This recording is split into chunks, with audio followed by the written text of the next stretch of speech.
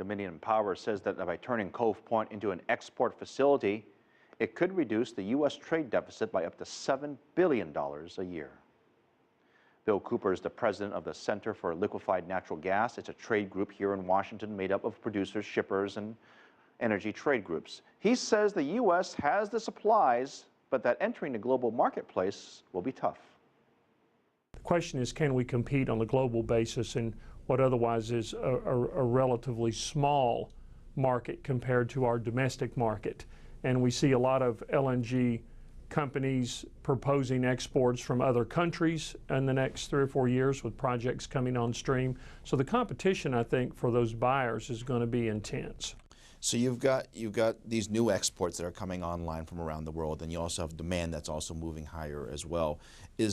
Some critics have said that there's too much coming online, and that might ultimately, won't hurt demand, but it will ultimately hurt prices. Where do you stand on that? I think the next 2 or 3 years, maybe even 4, we'll see more supply coming on the market than the demand will be able to keep up with it. But then the market always seeks an equilibrium, and I think 5 years on, you'll see that equilibrium achieved, in which we'll have more of a static, more stable market. Coal, as you know, is a form of energy that's used around the world, even in the United States, but especially in China. It's also been blamed for a lot of pollution.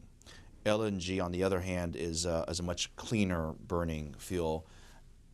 Is this a solution to this climate change agenda we've seen from the White House? Is LNG a clean energy solution?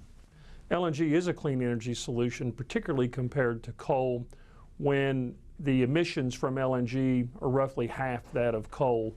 But we have to understand, too, that the demand for energy globally, the demand for energy here in the United States is such that we shouldn't have to choose between energy sources based on a perceived scarcity or anything of that nature, but we should be able to pursue the energy source that makes the most sense for the buyer.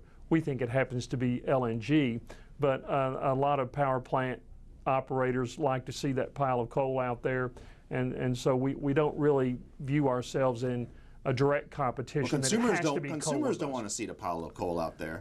Depends on how cold you are, I guess. But so we don't really put ourselves in a direct competition with coal, but when asked, we do want to note that there are environmental benefits to using natural gas or LNG versus coal. Would you say LNG is one of the cleanest forms of energy out there? LNG, or you have to regasify it to use it. So when I say LNG, I'm using that interchangeably with natural gas. It is the cleanest burning fossil fuel. Toyota has a lot of people don't know this, Toyota has cars that run on LNG. That's true. And in Hong Kong, for example, there's an entire taxi fleet that runs on LNG. If it's so clean burning and cars have proven that they can actually use it, why don't more automakers utilize that technology? I think eventually they will. It's sort of a lag time between the availability of the fuel source, the demand of the consumer, and the manufacturers retooling their facilities to build automobiles that will use LNG as a fuel. Many times in the 21st century, we think things ought to happen overnight. Lead times tend to be a little bit longer, and I think that's the case in the automobile manufacturing sector. I'm not an expert at this, and I assume many of our viewers are not. But explain to me the correlation between when we see gas prices, for example, and they go up and down. How does that impact investment into LNG? If gas prices would go up significantly higher, would that create more demand for LNG? Explain the relation between the two.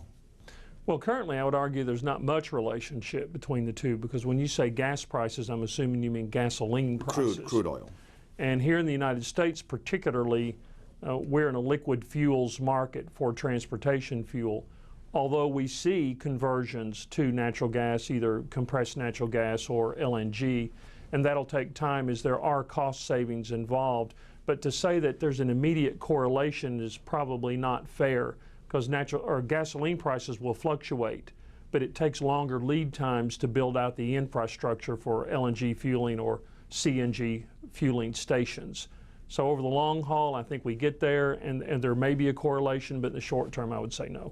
I know a lot of the major railroads are testing locomotives using LNG. Is it possible that someday airplanes could use LNG? I know that folks are looking into that very thing, using LNG as a fuel source for aviation. I mean, are there other places that you see being used? It's essentially a alternative to all the, for diesel, for crude oil, for oil, any of the normal places that we think of when we talk about energy. Is it an equal source for that? I would say that anytime a fuel source is needed in which the fuel burns, and that's most every place that needs fuel source, LNG can be either a primary fuel or a substitute in the future. Bill Cooper educating us, president of the Center for Liquefied Natural Gas, and we should also note that the idea of exporting LNG from the States does have its critics. Environmental groups worry that it will lead to even more hydraulic fracturing or fracking, and they say that could ultimately harm public health and the environment.